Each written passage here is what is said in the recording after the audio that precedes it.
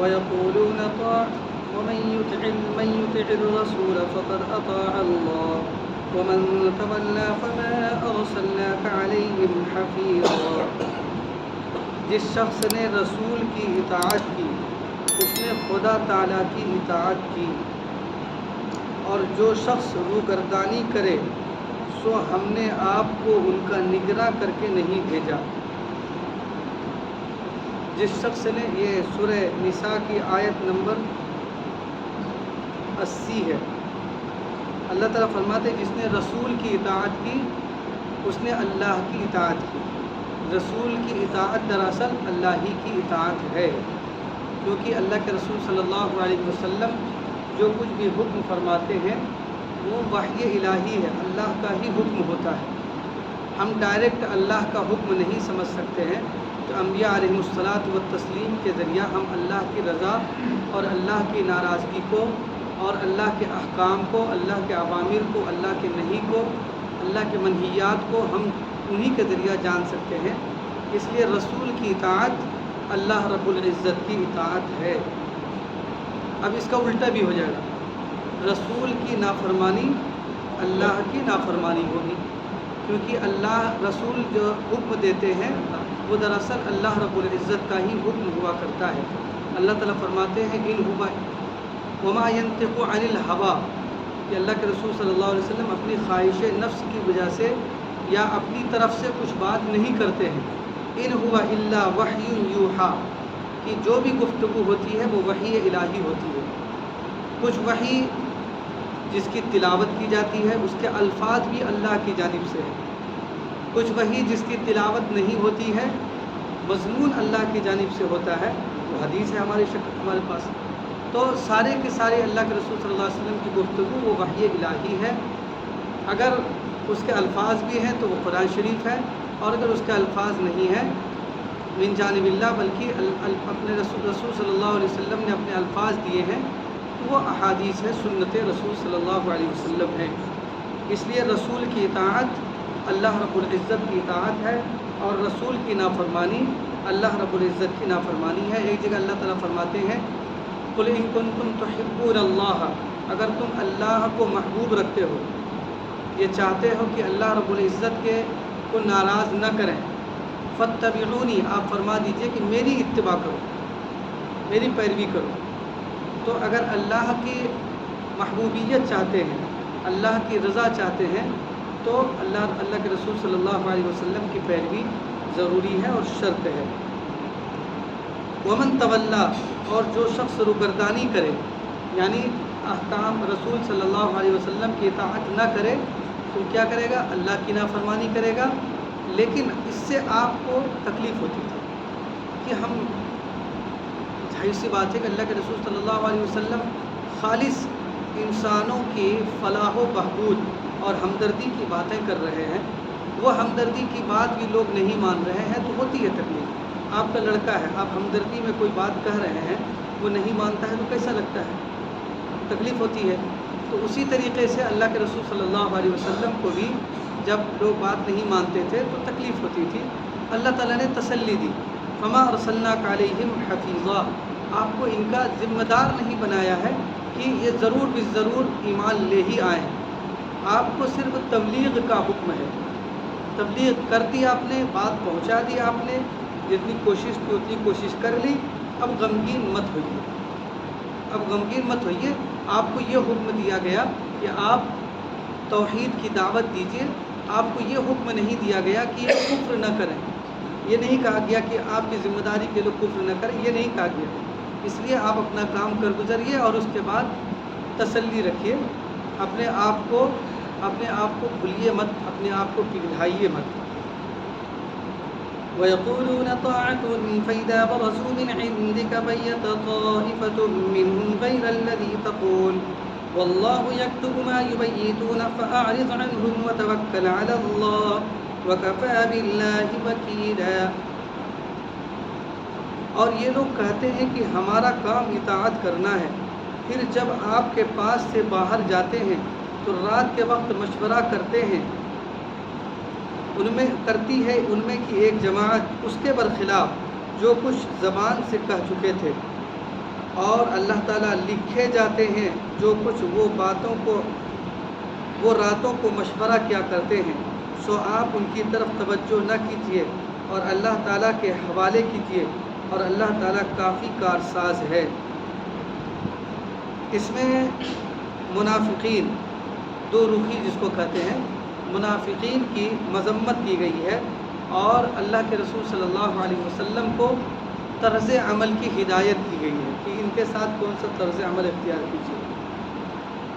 وہ منافقین کیا کرتے تھے، اس میں آپ نے بھی سنا ابھی، وہ لوگ جب اللہ کے رسول صلی اللہ علیہ وسلم کے پاس موجود ہوتے تو کہتے تھے طاعت، یعنی ہم نے آپ کی بات مان لی، آپ نے جیسا فرمایا ہم ویسا ہی کریں گے، یہ تو کہہ دیتے تھے سامنے، لیکن جب اپنے سرداروں کے پاس بیٹھتے تھے جن کے یہ سکھلائے ہوئے ہوتے تھے، جن کے یہ پالے ہوئے ہوتے تھے، تو وہاں پر جا کر راتوں میں مشورے کیا کرتے تھے اللہ کے رسول کے خلاف۔ وہی کہا گیا کہ یہ لوگ کہتے ہیں کہ ہمارا کام اطاعت کرنا ہے سامنے میں، اور جب آپ کے پاس سے باہر جاتے ہیں تو رات کے وقت مشورہ کرنے لگتے ہیں اللہ اس کے خلاف جو کہ وہ کہہ چکے ہیں۔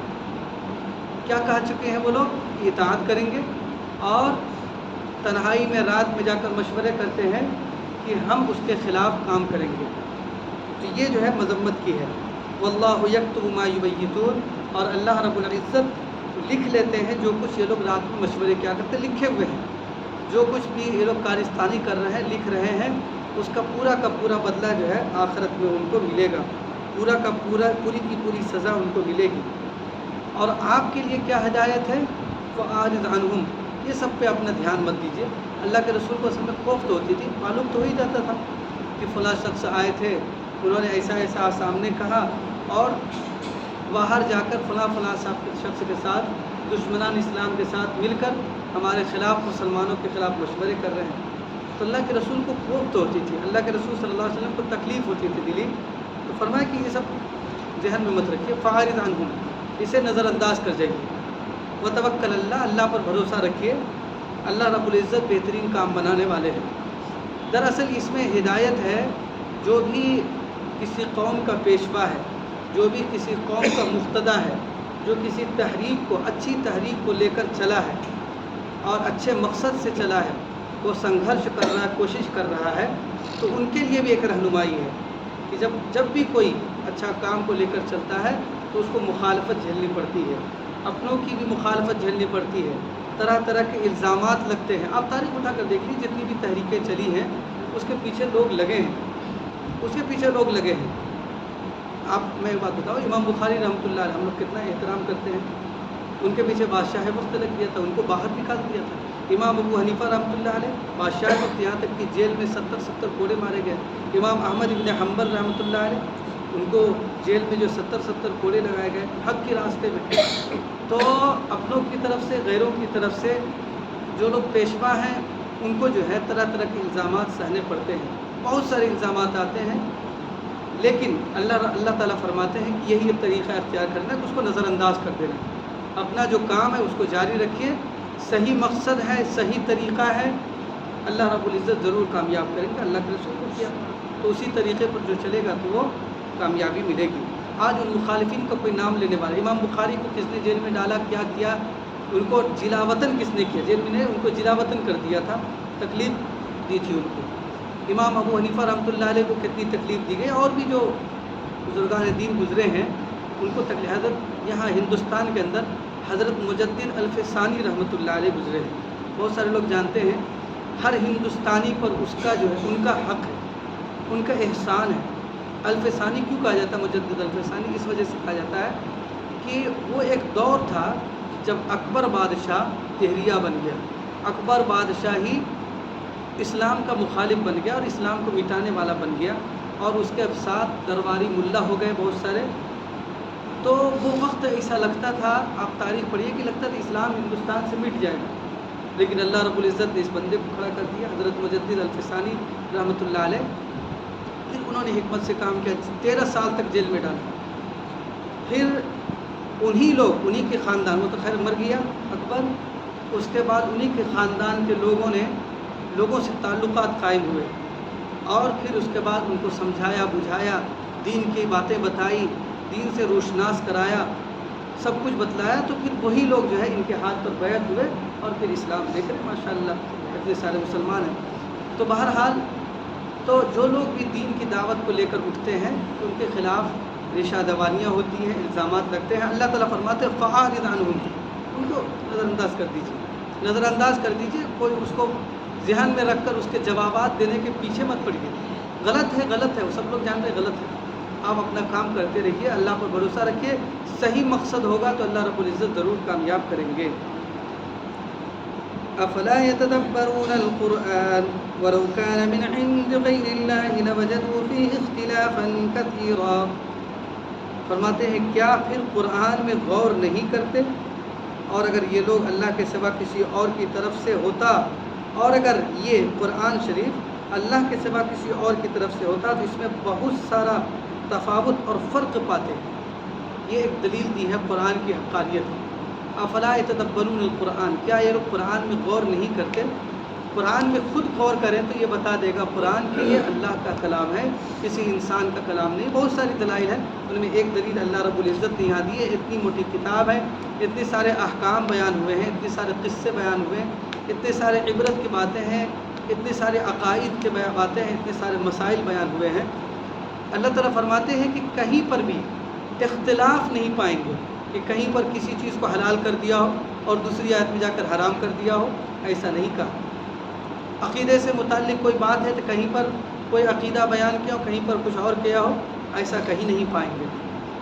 جبکہ تو یہ دلیل ہے اس بات کی کہ اللہ رب العزت کی جانب سے کلام ہے۔ کیوں دلیل ہے؟ کیونکہ انسان جو ہوتا ہے، انسان کے کلام اور اس کی گفتگو پر ماحول کا بڑا اثر ہوتا ہے۔ خوشگوار موڈ میں جب گفتگو کرتا ہے تو اس کی گفتگو کا انداز کچھ اور ہوتا ہے، جب پریشانی میں گفتگو کرتا ہے تو اس کا انداز کچھ اور ہوتا ہے، جب غریبی میں گفتگو کرتا ہے تو اس کا انداز کچھ اور ہوتا ہے، مالداری میں گفتگو کرتا ہے تو کچھ انداز کچھ اور ہوتا ہے، بیماری میں گفتگو کرتا ہے تو اس کا انداز کچھ اور ہوتا ہے، تنہائی میں گفتگو کرتا ہے تو اس کا انداز کچھ اور ہوتا ہے۔ تو ماحول کا اثر پڑتا ہے، اس کی وجہ سے انسان کے کلام میں فرق ہوتا ہے، تفاوت ہوتا ہے، انسان کے کلام میں اختلاف ہوتا ہے، انسان کے کلام کبھی کچھ ہوتا ہے کبھی کچھ ہوتا ہے۔ یہ اللہ رب العزت ہی کی ذات ہے جو کہ کسی بھی طرح کے ماحول کا اثر، وہ خود ماحول کو بنانے والا ہے، اس پر ماحول کا اثر نہیں ہو سکتا، اس لیے اس کے کلام میں کہیں فرق نہیں پائیں گے۔ لوجدوا فیہ، اور اگر ایسا ہوتا تو اس کے اندر یعنی اللہ کے علاوہ کسی اور کی طرف سے کلام ہوتا تو انسان کے کلام کی طرح اس کے اندر بھی تفاوت ہوتا، فرق ہوتا، اس کے اندر بھی کبھی کچھ کہا جاتا، کبھی کسی چیز کو حلال کیا جاتا، کبھی کسی چیز کو حرام کہا جاتا، ایسا کچھ نہیں ہے اس میں۔ اب دیکھیے تو یہ اتنے گمراہ فرقے ہیں، کبھی کچھ دعویٰ کرتا ہے، یہ مرزا قادیانی ہے، وہ کبھی کہتا ہے کہ ہم مریم ہیں، مریم عورت، کبھی کہتا ہے کہ ہم عیسیٰ ہیں، کبھی کہتا ہے کہ ہم مہدی ہیں، تو کبھی کچھ تو کبھی کچھ کبھی کچھ جو ہے اپنے آپ کو کہتا ہے، تو کیونکہ وہ کچھ نہیں ہے، وہ خود جان رہا ہے کہ وہ گمراہ ہے، تو اس کے پیچھے کوئی دلیل نہیں ہے اس وجہ سے۔ تو بہرحال یہ کلام الہی ہے، اس کی ایک واضح دلیل اللہ رب العزت نے دی ہے۔ باقی بہت ساری دلائل ایک یہ کہ اس کے الفاظ ہی ویسے ہیں، اس کی فصاحت و بلاغت میں کوئی کمی نہیں ہے، ایسا نہیں ہے کہ ایک کلام تو فصیح ہو گیا، یعنی فصیح کہتے ہیں کلام میں، عمدہ کلام کو فصیح کہتے ہیں، یہ ادب کی زبان ہے یہ، کہ کلام کا اعلیٰ معیار وہ ہم اور آپ نے اس کے لیے الگ اصول بنے ہوئے ہیں، اور آج بھی جو کتابیں پڑھائی جاتی ہیں یونیورسٹیوں میں، مدارس میں، اس میں اس کو پرکھنے کا طریقہ بتایا گیا کہ کون سا کلام کس قدر فصیح ہے۔ تو کلام اللہ کے بارے میں یہ ہے کہ پوری دنیا میں آج تک کوئی بھی ایک ایسا انسان نہیں پیدا ہوا جو کہ اس کے کلام کی طرح فصیح اور اعلیٰ معیار کا کلام اور گفتگو پیش کر سکے الفاظ کے اعتبار سے۔ قرآن نے اس زمانے میں بھی چیلنج دیا، وہ زمانہ جب کہ قرآن کے نزول کا زمانہ تھا، جبکہ اس زمانے کے بارے میں ہم کئی مرتبہ کہہ چکے ہیں کہ وہ لوگ اگرچہ پڑھے لکھے نہیں تھے، لیکن ان کی جو عربی تھی، ان کی جو زبان تھی، بہت اعلیٰ قسم کی تھی، بہت اعلیٰ قسم کی تھی۔ آج بھی یونیورسٹی کے اندر بھی جو ہے عربی میں جو پی ایچ ڈی کر رہا ہے، عربی میں جو ایم اے کر رہا ہے، اسی زمانے کا کلام پڑھایا جاتا ہے، اس زمانے کے بھی پڑھایا جاتا ہے، لیکن اس زمانے کی عربی پڑھائی جاتی ہے، تو اس سے سمجھ میں آتا ہے کتنا فصیح تھے وہ لوگ۔ تو اعلیٰ معیار کی عربی تھی، ان کے اندر مقابلہ ہوا کرتا تھا، ایک شاعر ہوتا تو اس کا ایک مقام ہوتا تھا، کیونکہ وہ اسی کا رواج تھا. جس طرح ہماری ٹیکنالوجی کا ہے، جو جتنا زیادہ پکڑ مضبوط کر لے اس کو اتنا ہی پاورفل سمجھا جاتا ہے. اس زمانے میں اسی طرح پاورفل سمجھا جاتا تھا جس کو اچھے سے اچھے اشعار کہنے آ جائے. ایک شعر اگر کسی کے بارے میں کسی کے خلاف کسی شاعر نے کہہ دیا، بڑا سے بڑا سردار ہوتا تھا تو اس کی جو ہے وہ اس کا لیول نیچے آ جاتا تھا، کیونکہ وہ شعر جو ہے ہر بچے کی زبان پر ہوتا تھا، اس کا لیول نیچے آ جاتا تھا. یہ ایک مقام تھا. ایسے زمانے میں قرآن نے چیلنج دیا، فاتو بصورت من مثلہ، ایک چھوٹی سی صورت ہی پیش کر دو. نہیں پیش کر سکے. اللہ کے رسول کو ستایا، یہ کیا وہ کیا، لڑائیاں کی، لیکن اس کے مقابل پیش نہیں کر سکا. اگر بظاہر دیکھا جائے اگر یہ کرنا آسان ہوتا تو وہ کر لیتے ہیں، لیکن اس کے مقابل میں ان کے لیے لڑائی لڑنا تو آسان تھا، صحابہ کرام کو تکلیف دینا آسان تھا، خود اپنے لوگوں کو بھی قتل کروانا آسان تھا، لیکن اس کے مقابل میں وہ خود سمجھتے تھے کہ کوئی کلام ہم نہیں بنا سکتے ہیں. تو یہ خود بتلاتا ہے کہ یہ کلام الہی ہے. بہرحال بہت سارے دلائل ہیں، اور آج بھی یہ چیلنج ہے. ایسا نہیں کچھ زمانہ، آج بھی چیلنج موجود ہے اس جیسا کلام بنا کر پیش کرنا. افلا یتدبرون القرآن، یہ لوگ کیا قرآن میں غور و فکر نہیں کرتے.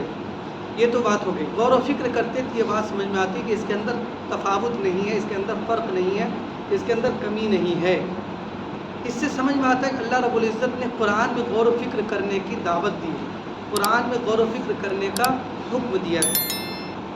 اور یہ حکم کسی خاص شخص کے لیے نہیں ہے، کسی خاص طبقے کے لیے نہیں کہ عالم ہی کریں گے، امام ہی کریں گے، مجتہد ہی کریں گے، ایسا نہیں ہے. ہر شخص کے لیے دعوت فکر ہے کہ قرآن میں غور و فکر کرے. لیکن فرق ہوگا. ایک مجتہد جو کہ مسائل اللہ رب العزت نے جس کو قرآن حدیث پر عبور حاصل دیا ہے اور مہارت دی ہے، بہت جو اصول ہیں غور و فکر کرنے کے وہ سارے کے سارے معلوم ہیں، مسائل نکالنے کے اصول معلوم ہیں. وہ شخص جن کو مجتہد کہا جاتا ہے، وہ اگر غور و فکر کر رہا ہے تو وہ مقصد ان کا مقصد ہوگا مسائل نکالنا، سب سے باریک کام. ان کے علاوہ جو عام علماء کرام ہیں ان کا یہ ہوگا کہ ان مسائل کو سمجھا جائے جو انہوں نے نکالا ہے. ایک عام آدمی جو اپنی زبان میں ترجمہ کے ذریعہ غور و فکر کریں گے، ان کا کام ہوگا واعظ و نصیحت، اللہ کی معرفت، جنت جہنم کے بارے میں کیا کہا گیا، تقویٰ کے بارے میں کیا کہا گیا، نصیحت حاصل کرنے کی آیتوں میں غور و فکر کر کے نصیحت حاصل کرنا. اسی حد تک یہ غور و فکر کر سکتے ہیں. تو غور و فکر ہر ایک کریں گے لیکن درجہ الگ ہوگا. یہ نیچے مطلب علم کے لحاظ سے ہم کہہ رہے ہیں کہ عام لوگ جن کے پاس بہت زیادہ علم نہیں ہے، یہ اگر لے کر بیٹھ جائے قرآن کا ترجمہ اور یہ کہیں کہ ہم مسائل نکالنا شروع کر دیں گے، تو یہ ان کے لیے ٹھیک نہیں ہوگا. یہ ان کے لیے ایسے ہی ہوگا جیسا کہ کہیں کہ بھائی میں ایک ڈاکٹر نہیں ہوں، کیونکہ بھائی ڈاکٹر بھی تو ایک انسان ہے، ہم بھی انسان ہیں، وہ سرجری کرتے آپریشن کرتے، ہم بھی پھاوڑا کدار اور چھری اور کچیا اور ہتھوڑی لے کر بیٹھ جائیں تو کیا حال کریں گے؟ جو حال کریں گے وہی حال جو ہے وہ ایک عام آدمی جو کہ ترجمہ قرآن کریم کو لے کر بیٹھ جائے کہ ہم اپنے طور پر مسائل نکالیں گے، وہی حال کریں گے وہ. تو بالکل صاف سی بات ہے، یہاں اجارہ داری نہیں ہے. علم پر دین اسلام میں علم پر اجارہ داری نہیں ہے، کوئی بھی کر سکتا ہے، لیکن ہاں اصول جو ہے اسی اصول سے آنا پڑے گا. اصول جو ہے اسی اصول سے آنا پڑے گا. آپ کے پاس علم ہے کہ آپ قرآن کا ترجمہ سمجھ کر واضح و نصیحت والی آیتیں سمجھیں، توحید کے بارے میں اور سب چیزوں کے بارے میں موٹی جو باتیں بیان کی ہیں وہ سمجھیں. آپ کے پاس یہ والا علم ہے، آپ اتنے اسی حد پر رہیں. اس کے آگے بڑھ کر مسائل نکالنا شروع کر دیں تو یہ اس کی اجازت نہیں ہے. یہ اجارہ داری نہیں علماء کی. آپ بھی پڑھ کر اتنا اصول پڑھ لیجئے تو آپ بھی جائے چلے جائیے. اسلام میں علم پر اجارہ داری نہیں ہے، غیر مسلموں اور ہندو دھرم کی طرح کہ وہاں پر تو اجارہ داری ہے. برہمن کے یہاں آج بھی ان کے یہاں یہ ہے کہ شودر جو ہے وہ رامائن نہیں پڑھ سکتے. ان کے لکھا ہوا ہے کہ اگر رامائن پر ان کی نگاہ پڑ جائے تو سینک گرم کر کے اس کی آنکھ میں ڈال دو. کہے بھائی اگر وہ لوگ پڑھ لیں گے تو ہماری خدمت کون کرے گا، اگر وہ لوگ پڑھ لیں گے تو ہماری جو ہے بیگاری کون کرے گا. تو ان کے یہاں آج بھی بنا ہوا ہے کہ اب تو یہ لوگ بول رہے ہیں لیکن اصول وہی ہے. ابھی آج بھی لوگ مندر میں نہیں داخل ہونے دیتے, تو وہ لیول اوپر نہ ہو, کیا ہے اس وجہ سے. لیکن یہاں ایسا نہیں ہے. ہمیں یہاں آیا, آپ نے یہ نہیں پوچھا کہ بھائی آپ کا بیک گراؤنڈ کیا ہے, آپ کی ذاتی کیا ہے, آپ کس برادری سے آتے ہیں, آپ کا گھریلو بیک گراؤنڈ کیا ہے, مالدار ہیں, غریب ہیں, کچھ نہیں پوچھا, علم دیکھا لیا. تو اسلام میں ابھی بھی یہی ہے. اور آپ کو سمجھنا ہو, اس سے سمجھیے کہ بہت سارے شروع زمانے میں غلاموں کا ایک زمانہ تھا, غلام اور باندی ہوا کرتے تھے, جن کا بارے میں یہ ہے کہ ان کو لڑائیوں میں پکڑے گئے, اس کے بعد جو ہے ان کو غلام بنا لیا. تو اب یہ لوگ, ان لوگوں کی ایک بڑی تعداد ہوئی ہے. تاریخ اسلام کی تاریخ اٹھا کر دیکھیے, ان لوگوں کی بہت بڑی تعداد ہوئی جو کہ بہت بڑے بڑے عہدے پر فائز ہوئے علم کی وجہ سے. غلام اور آزاد میں بھی فرق نہیں ہے, جو بھی علم حاصل کرے گا اس کو مقام ملے گا. ہمارے یہاں کچھ نہیں ہے, تو علم پر اجارہ داری نہیں ہے. افلا تدبر, ہاں لیکن یہ ہے کہ جو اصول ہے اسی اصول چاہیے. آپ کو مسائل نکالنے کا علم نہیں ہے, اس کے جو اصول بنے ہوئے وہ معلوم نہیں ہے, آپ اگر ترجمہ لے کر بیٹھیں گے تو صحیح نہیں ہوگا نا. سب سے زیادہ مظلوم وہی ہو جائے گا نا کتاب. جماعت کو جاتے ہیں لوگ, اس میں جو علم نہیں اور دین کا اگر بات کو کہا جاتا ہے کہ آپ کہتے ہیں ان کا کہنا صحیح تھا. دیکھیے, دین کی بات اگر مستند ہے, مستند سمجھ رہے ہیں یعنی ہاں اوتھینٹک ہے اور صحیح بات ہے شریعت میں, تو اس کو کوئی بھی کہہ سکتا ہے. اور اگر غلط ہے تو کسی کے لیے اس کی اجازت نہیں ہے. نہیں, اس کو سمجھیے, اگر بات صحیح ہے, وہی بات کہہ رہے ہیں جو قرآن حدیث میں انہوں نے سن کر کہہ رہے ہیں, وہ سن کر کہہ رہے ہیں, لیکن صحیح بات ہے تو بالکل صحیح ہے, کوئی بھی کہہ سکتا ہے. اگر صحیح بات ہے تو کوئی بھی کہہ سکتا ہے, اور اگر غلط ہے تو کوئی بھی نہیں کہہ سکتا. ہاں, مسئلے مسائل نہیں کہہ سکتے ہیں, واضح و نصیحت والی بات کہہ سکتے ہیں. ہاں سنیں, تو صحیح بات جو ہے وہ کہہ سکتے ہیں, کوئی بھی کہہ سکتا ہے. اس کے لیے کوئی عہدہ کی بھی ضرورت نہیں ہے.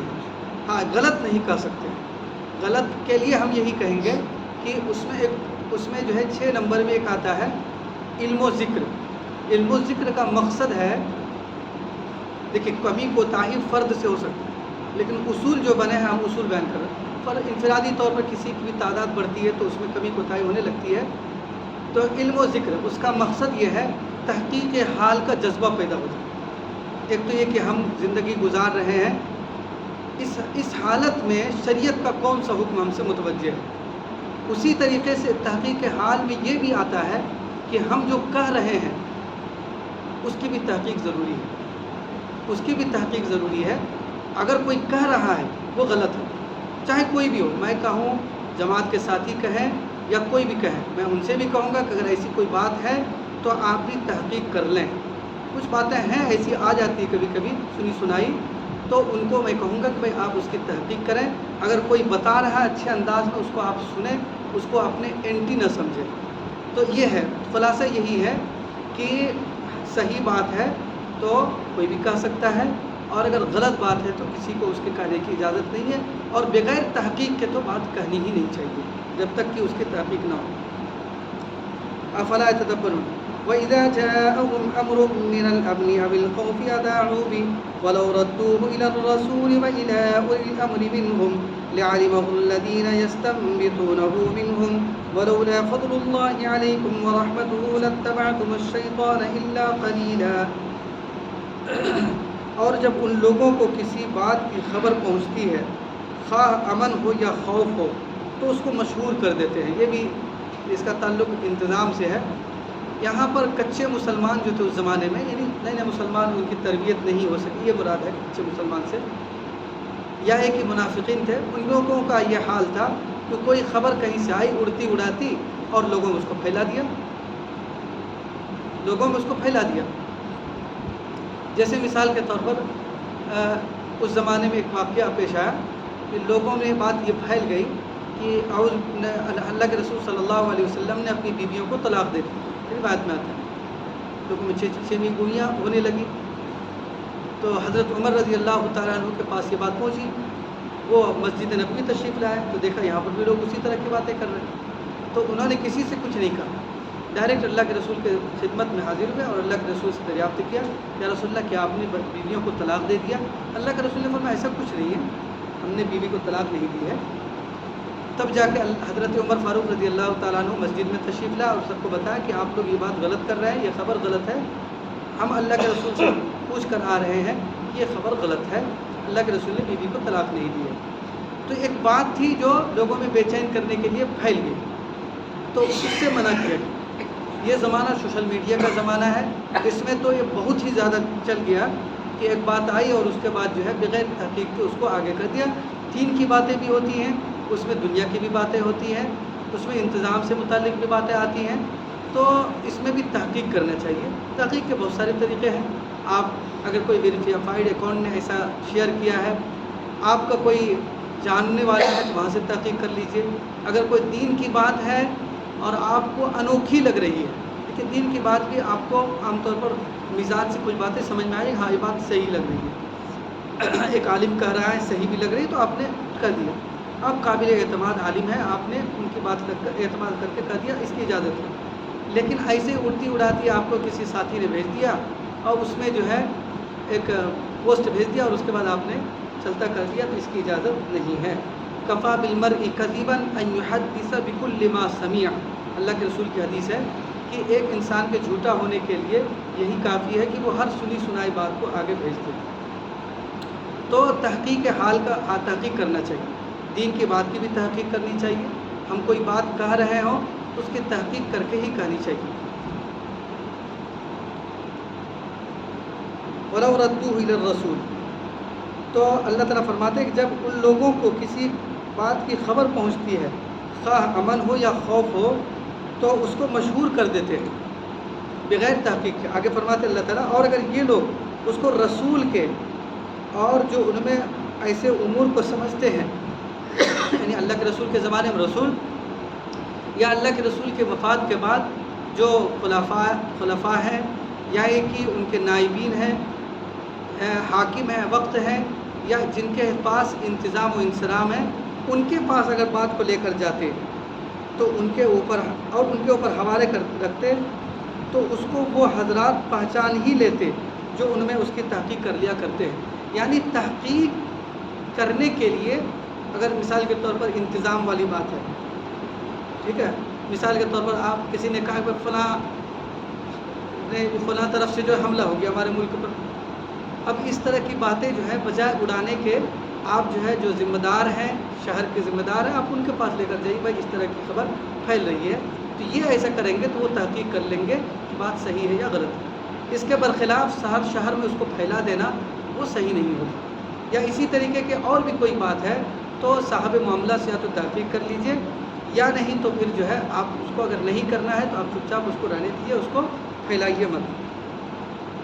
اور اگر تم لوگوں پر اللہ تعالیٰ کا فضل اور رحمت نہ ہوتی تو تم سب کے سب شیطان کے پیرو ہو جاتے۔ ظاہر سی بات ہے کہ اگر بغیر تحقیق کے سب لوگ پھیلانے لگیں گے جبکہ حقیقت کچھ نہیں ہے تو ایسی صورت میں شیطان ہی کی پیروی کریں گے۔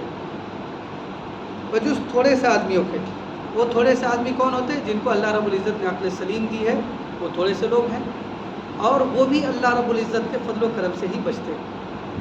فقاتل فی سبیل اللہ لا تکلف الا نفسک وحرض المؤمنین، اس آیت کا شان نزول یہ ہے کہ جب غزوہ احد ہو گیا، غزوہ احد میں آپ جان رہے ہیں کہ جس میں بظاہر جو ہے ظاہری طور پر مسلمانوں کو شکست ہوئی تھی، اس میں ابو سفیان جو کہ اس وقت مسلمان نہیں ہوئے تھے، اب ہم رضی اللہ عنہ لگا دیتے ہیں، اس وقت سردار تھے کافروں کے، تو انہوں نے جو ہے چیلنج دیا کہ اگلے سال بدر کے مقام پر پھر ہم لوگ ملیں گے۔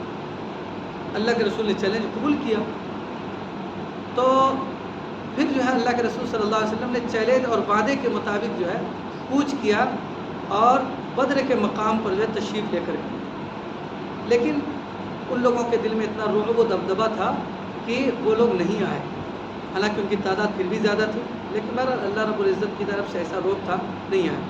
اس میں یہ ہے اگلے سال نہیں بلکہ دوسرے مہینہ شوال کے مہینے میں غزوہ احد ہوا، اور ذی القعدہ کے مہینے میں اللہ کے رسول صلی اللہ علیہ وسلم نے صحابہ کرام سے کہا کہ بھائی ہم کو بدر کے مقام پر جانا ہے، وعدہ کیا ہوا ہے۔ تو کچھ صحابہ کرام جو کہ زخموں سے چور تھے اور کچھ افواہوں کی بدولت ان لوگوں نے جو ہے بس وہ پیش کیا جانے میں. اس بات بہت بڑا زخم لگا تھا غزوہ احد کے اندر کہ ہم زخمی ہیں، اور کچھ لوگوں نے افواہ بھی کچھ پھیلا دی تھی اس وجہ سے. تو اس آیت کے اندر اسی بات کو سامنے رکھ کر اللہ کے رسول سے فرمایا کہ اگر کوئی نہیں جاتا تو آپ تنہا جا کے لڑیے، اللہ رب العزت آپ کی مدد کریں گے. تو اللہ کے رسول نے تو وعدہ بھی پورا کیا، اور اللہ رب العزت کا ایک فضل ہوا کہ ان پر ایک روب بھی قائم ہو گیا. مسلمان اتنے ابھی دبے نہیں ہیں، وہ تو ابھی اتنے تازہ دم ہے کہ اگلے مہینہ پھر ہمارے پاس آگے لڑائی کے لیے، ہماری چیلنج کو قبول کرنے کے لیے. فرماتے ہیں فقاتل، پھر آپ اللہ کی راہ میں قتال کیجیے، آپ کو بجز آپ کے ذاتی فعل کے کوئی حکم نہیں، یعنی آپ اپنے آپ پر ہی حکم لاگو کر کے آپ خود نکل لیجیے اگر کوئی نہیں جا رہا تو. اور مسلمانوں کو ترغیب دیجیے، یہ نہیں کہا مسلمانوں کو چھوڑ دیجیے، مسلمانوں کو ترغیب دیجیے، جتنے نکلتے ہیں ساتھ نکالیے، لیکن آپ تنہا آپ کے لیے حکم ہے کہ آپ ضرور نکلیے. یہ اللہ رب العزت نے حکم دیا. اللہ کے رسول وہاں گئے بھی، جبکہ کافی شدید زخم تھا. خود اللہ کے رسول بھی غزوہ احد کے اندر کافی شدید زخمی ہو گئے تھے. 2 خود بھی جو ہے آ کر جو ہے 2 دانت بھی شہید ہو گئے تھے، اور بھی کچھ زخم آئے تھے. لیکن اللہ کے رسول صلی اللہ علیہ وسلم نے پھر بھی اللہ کے حکم کی پابندی کی. اللہ تعالیٰ سے امید ہے کہ کافروں کے زور جنگ کو روک دیں گے. یہ اللہ رب العزت نے وعدہ بھی کر دیا. اگر وہاں جائیں گے، آپ تنہا بھی چلے جائیں گے، تب بھی اللہ رب العزت جو ہے ان کے زور کو توڑ دیں گے. اور ہوا یہی، وہ لوگ آئے ہی نہیں. ایسا روب قائم ہوا، وہ لوگ آئے ہی نہیں. اللہ رب العزت ان کے زور کو توڑ دیا. واللہ اشد بأسا واشد تنکیلا، اور اللہ تعالیٰ تو زور جنگ میں بہت زیادہ شدید ہیں. اللہ سے زیادہ زور کس کو ہو سکتا ہے؟ اور سخت سزا دیتے ہیں. سزا آخرت کے لیے ہے اور جنگ اس دنیا کے لیے ہے. اللہ رب العزت ہم سب کو عمل کی توفیق عطا فرمائے. سبحان اللہ وبحمدہ، سبحانک اللہم وبحمدک، نشہد ان لا الہ الا انت، نستغفرک ونتوب الیک. سبحان ربک رب العزت عما یصفون، وسلام علی المرسلین، والحمد للہ رب العالمین.